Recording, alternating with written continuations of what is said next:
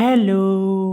അപ്പോൾ ഇന്നത്തെ കലാപരിപാടി രാത്രിയായപ്പോൾ എനിക്കും അരവിന്ദിനും ബോളിയും പായസവും കഴിക്കേണ്ട ക്രേവിങ്സ്. ബോളിയും പായസം എന്ന് പറയുമ്പോൾ തന്നെ ഞങ്ങളുടെ മനസ്സിൽ ഓടിയെത്തുന്നത് നമ്മുടെ മഹാബോളി തന്നെയാണ്. അങ്ങനെ ഞാൻ എന്താ സൺസ്ക്രീമൊക്കെ ഇട്ടു, ഒന്ന് മൂടിയൊക്കെ ചീകി സുന്ദരക്കുട്ടപ്പനാവാൻ ശ്രമിക്കുന്നുണ്ട്.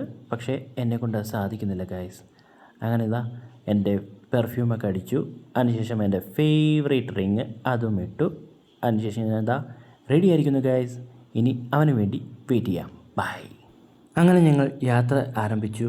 പോകുന്ന വഴിക്ക് വണ്ടി ചെറുതായിട്ടൊരു പണി തന്നു. പെട്രോൾ പമ്പിലൊന്ന് കയറേണ്ടി വന്നു. വീണ്ടും നമ്മൾ യാത്ര തുടർന്നു. പോകുന്ന വഴിക്ക് കണ്ട കാഴ്ചകളെല്ലാം നിങ്ങളെ കൂടെ ഒന്ന് കാണിച്ചു തരാൻ വെച്ചു. നമ്മുടെ പഴവങ്ങാടി ഗണപതി ക്ഷേത്രത്തിൻ്റെ അടുത്താണ് ഈ മഹാബോളി ഉള്ളത്. അവിടെ എത്തിയപ്പോഴാണ് ഞങ്ങളൊരു ഞെട്ടിക്കുന്ന സത്യം അറിഞ്ഞത്. അവിടെ പായസം തീർന്നു. സാധാരണ ബോളിയും പായസമാണ് കോമ്പിനേഷൻ. ഞങ്ങളാകെ അസ്വസ്ഥരായി. അപ്പോഴാണ് അരവിന്ദ് പറയുന്നത്, നമുക്ക് ഐസ്ക്രീം കൂട്ടി ഒന്ന് പിടിച്ചാലോന്നോ.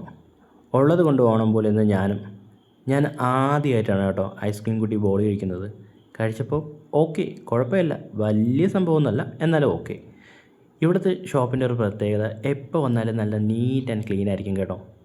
പിന്നെ ഞാൻ സ്ഥിരം കലാപരിപാടികൾ, നമ്മുടെ പത്മനാഭ സ്വാമി ക്ഷേത്രത്തിൻ്റെ കുറച്ച് ഫോട്ടോസും വീഡിയോസും എടുത്ത് ഞങ്ങൾ കുറച്ച് നേരം അവിടെ സ്പെൻഡ് ചെയ്ത ശേഷം തിരിച്ച് വീട്ടിലോട്ട് മടങ്ങുന്നു. പോകുന്ന വഴിക്ക് ഞങ്ങളുടെ സ്ഥിരം കാഴ്ചകൾ നിങ്ങളെ കൂടെ ഒന്ന് കാണിച്ചു തരാമെന്ന് വെച്ചു. അങ്ങനെ ഞങ്ങളെന്താ നേരെ വീട്ടിലെത്തി ചോറ് കഴിച്ചപ്പോഴാണ് ആ മധുരത്തിൻ്റെ ആ ഒരു കുത്തങ്ങ് മാറി കിട്ടിയത്. ഇപ്പോഴാണ് സത്യം പറഞ്ഞ ജീവൻ തിരിച്ച് കിട്ടിയത് കേട്ടോ. അപ്പോൾ ഇന്നത്തെ കലാപരിപാടി ഇത്രയേ ഉള്ളൂ. അപ്പോൾ ബായ്.